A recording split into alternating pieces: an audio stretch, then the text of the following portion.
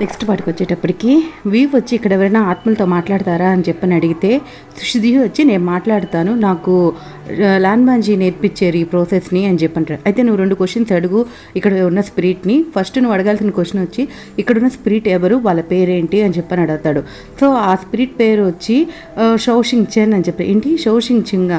So next ఇంకొకరు వచ్చి అసలు షౌషింగ్ చింగ్ చచ్చిపోవడానికి కారణం ఎవరు అని చెప్పని అంటారు. వెనకాలన్న పర్సన్ అని చెప్తాడు. సో వెనకాలన్న పర్సన్ ఎవరని చెప్పని చూసేదలికి అతను తన ఫేస్కున్నటువంటి మాస్క్ని రిమూవ్ చేస్తారు. అప్పుడు అతను షౌషింగ్ చింగ్ అంటే వాళ్ళ పెదనాన్న కాదు.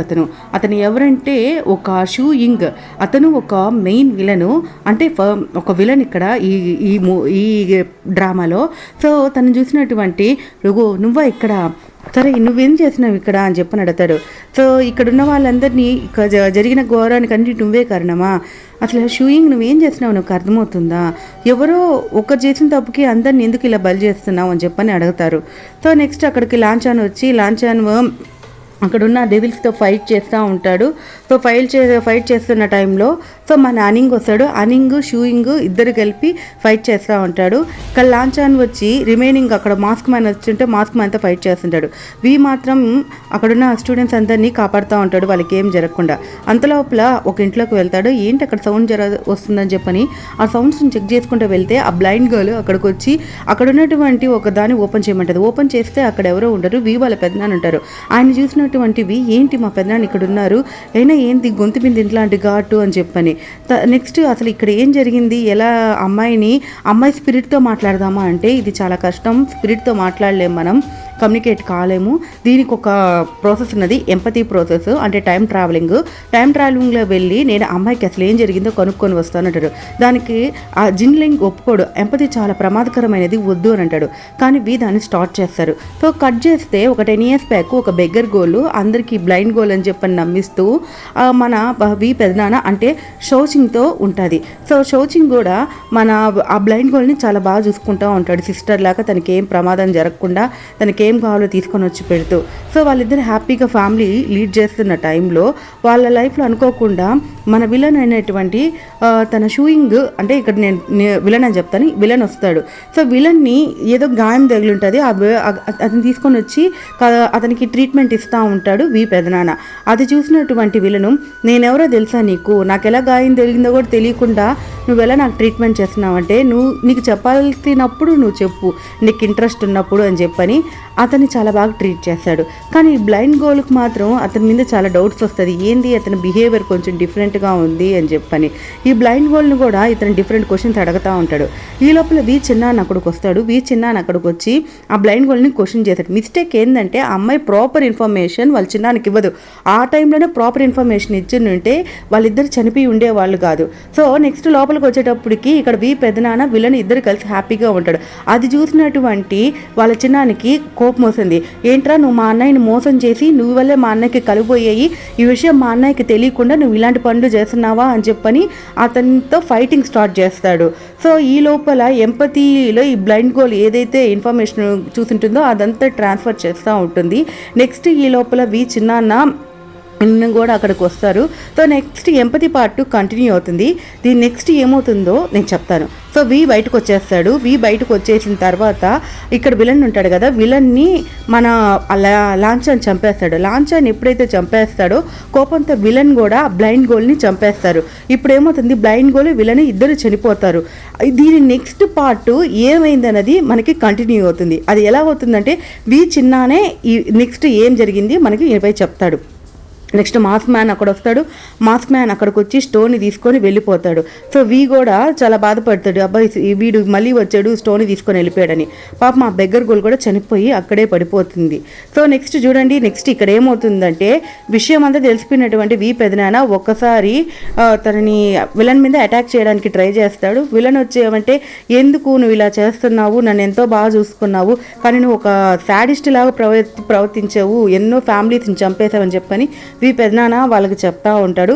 సో ఇదంతా విన్నటువంటి విలన్ తట్టుకోలేడు. నువ్వు నన్ను ఎంతో ఇష్టంగా ప్రేమగా చూసుకుంటున్నావు అనుకుంటే నువ్వు అందరిలాగే నన్ను ట్రీట్ చేస్తున్నావు, అప్పుడు ఒక్కరు హ్యాపీనెస్ కోసం చూడు ఇప్పుడు మీ తమ్ముడు చూడు నా చేతిలో పప్పెట్ అయిపోయాడు అని అంటాడు. సో ఇదంతా చూసినటువంటి తట్టుకోలేనటువంటి వాళ్ళ పెదనాన్న నా వల్లే మా తమ్ముడికి ఇలాంటి పొజిషన్ వచ్చింది అని చెప్పని తను ఒక్కసారిగా ఆ కత్తితో గొంతును మూసుకొని చచ్చిపోతాడు.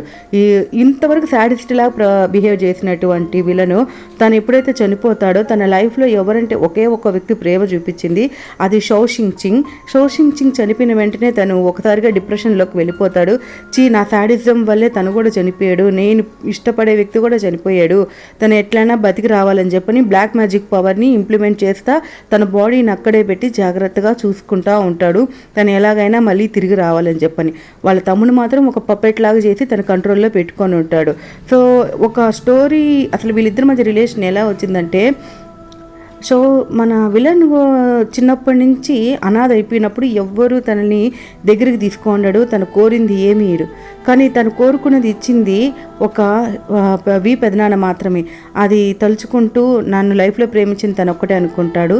నెక్స్ట్ బెగర్ గోల్ని అక్కడ బరీ చేసేస్తారు. నెక్స్ట్ వాళ్ళ చిన్నాన్న వచ్చి నేను ఇంకా మీ అమ్మమ్మ దగ్గరికి వెళ్ళిపోతాను, వెళ్ళి చెప్పాలి ఈ విధంగా అన్నయ్య చనిపోయాడని చెప్పని. సరే నేను వెళ్తున్నాను, నువ్వు జాగ్రత్తగా ఉండు అని చెప్తాడు. సో నెక్స్ట్ అక్కడి నుంచి వెళ్ళిపోతూ ఈసారి తన అన్న స్వార్డు కూడా తీసుకొని వెళ్తారు. ఎప్పుడు వీళ్ళిద్దరూ జంటగా వెళ్ళేవాళ్ళు, ఒకసారిగా వీళ్ళిద్దరూ తనిగా వెళ్ళడం స్టార్ట్ అవుతుంది. నెక్స్ట్ వీళ్ళిద్దరూ జూజిన్ దగ్గరికి వెళ్తారు. జూజిన్ వచ్చి జిన్షియల్ హాల్లో ఫంక్షన్ జరుగుతుంది, మీ ఇద్దరు రండి అని చెప్పని ఇద్దరిని పిలుస్తారు. సో నెక్స్ట్ ఇద్దరు అక్కడికి వెళ్ళిన తర్వాత అక్కడ జిన్ భార్య మోను చూసి కొంచెం ఇరిటేషన్గా ఫీల్ అవుతుంటుంది. ఏంటంటే ఒక విషయం ట్రై చేస్తాడు, తన భర్త మంచివాడు కాదు అనే ఇన్ఫర్మేషన్ చెప్పడానికి ట్రై చేస్తూ ఉంటాడు, కానీ ఆమె అతన్ని మిస్అండర్స్టాండింగ్ చేసుకొని ఉంటుంది మో గురించి. తర్వాత నెక్స్ట్ జిన్షియల్ హాల్లో ఏం జరుగుతుందో తెలుసుకోవాలని చెప్పని ఒక స్పిరిట్ లాగా చేంజ్ అయ్యి ఆ జిన్షియల్ హాల్లోకి ఎంటర్ అవుతాడు. ఎంటర్ అయిన తర్వాత అక్కడ అంటే జిన్ భార్య జిన్ కోసం వెయిట్ చేస్తూ ఉంటుంది. జిన్ ఎంటర్ అయిన తర్వాత జిన్ భార్య, నువ్వు ఇలాంటి వాడివా, నేను నిన్ను చాలా మంచివాడు అనుకున్నాను, కానీ నువ్వు ఎందుకు ఇంత మోసం చేసావు అని చెప్పని అడుగుతారు. నీకెవరు చెప్పారు నేను ఇట్లా అని చెప్పంటే, ఇదిగో ఈ లెటర్ వచ్చింది, ఈ లెటర్లో ఇన్ఫర్మేషన్ ఉంది అని అంటాడు. ఏంటి ఈ లెటర్ వచ్చింది, ఎవరు ఇచ్చింది ఈ లెటర్, దయచేసి నాకు చెప్పు అని చెప్పని అంటాడు. ఈ లెటర్ ఇచ్చిన వారెవరో నాకు తెలీదు, కానీ నాకు వచ్చింది అని అంటాడు. ఈ లెటర్ వల్లే మన లైఫ్లో ఎన్నో నాశనం అయ్యాయి, లేకపోతే మన ఇద్దరం ఎప్పుడో బాగుండేవాళ్ళమి, నీ లైఫ్ నా లైఫ్ బాగుండేది అని చెప్పని జిన్ తనను కన్విన్స్ చేయడానికి చాలా ట్రై చేస్తూ ఉంటాడు. ఈ లోపల ఎనర్జీ వెళ్ళి ఒక బాక్స్ని టచ్ చేస్తే అక్కడ పెద్దన్న వస్తాడు. పెద్దనకి ఏంటంటే సమ్ స్పిరిచువల్ ఎనర్జీ డెవిల్ ఎనర్జీగా కన్వర్ట్ అవుతున్న టైంలో ఒక మ్యూజికల్ ఇన్స్ట్రుమెంట్ని మ్యూజిక్తో ఆ బ్లాక్ మ్యాజిక్ని కంట్రోల్ చేయడానుకుంటారు. జూజిన్ కంట్రోల్ చేస్తాడు, అదేవిధంగా జిన్ కూడా హెల్ప్ చేస్తారు, వాళ్ళిద్దరు హెల్ప్ చేస్తారు. సో ఇక్కడ చూసేటప్పటికి ఇక్కడ పెద్దని అడుగుతాడు, ఒక రాజ్యం కోసం నీ సొంత అన్నని చంపేస్తావా అని చెప్పని. అంటే ఇక్కడ మెయిన్ వీళ్ళని ఎవరో కాదు, మన జిన్నేను.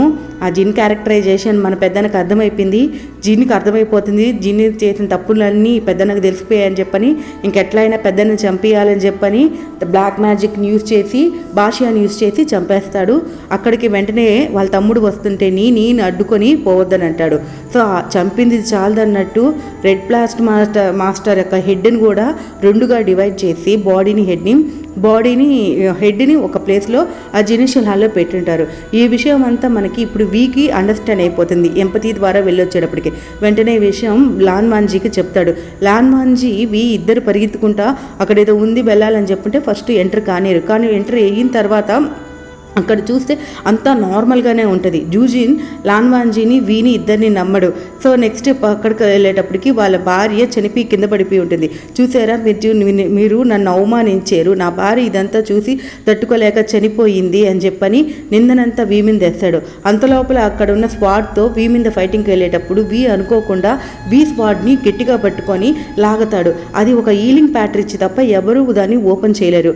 సో ఎప్పుడైతే ఓపెన్ చేస్తారో అందరికీ అర్థమైపోతుంది హీలింగ్ ప్యాట్రిచ్ వచ్చేసాడు అని చెప్పని. ఒకసారి జిన్ యాక్షన్ మూవ్ చేస్తాడు.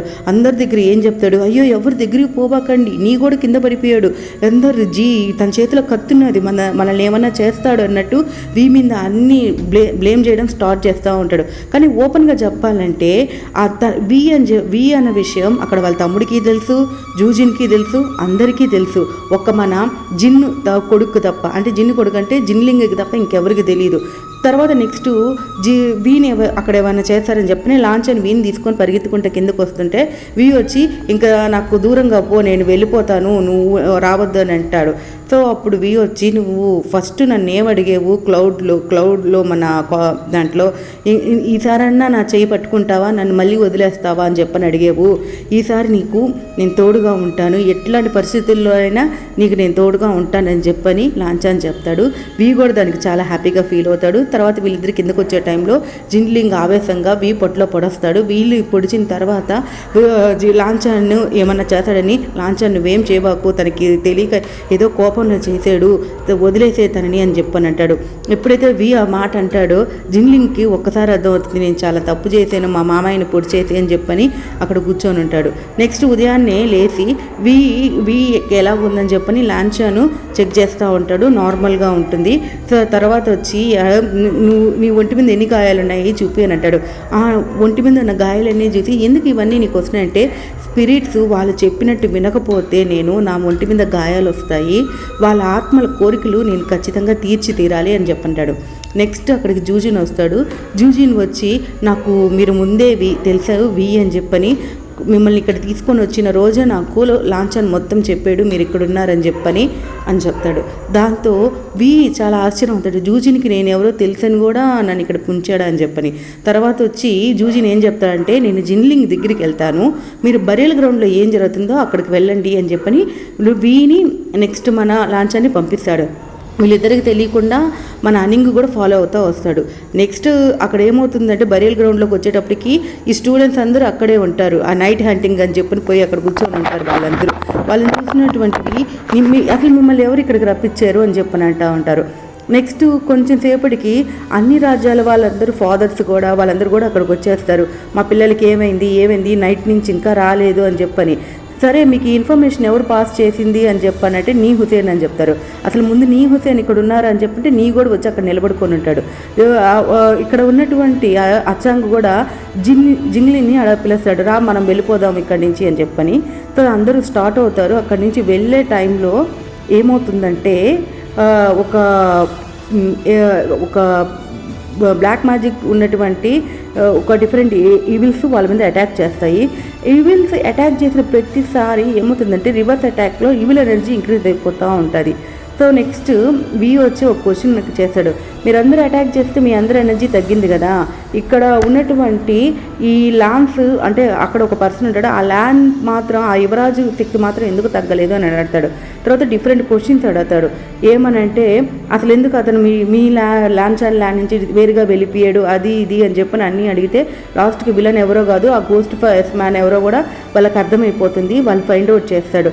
అక్కడున్న బ్లాక్ మ్యాజిక్ని కాస్త అతను అంటే ఏదైతే వీ ఉపయోగించాడో ఆ మ్యాజిక్ని వాడు నాశనం చేసేస్తాడు.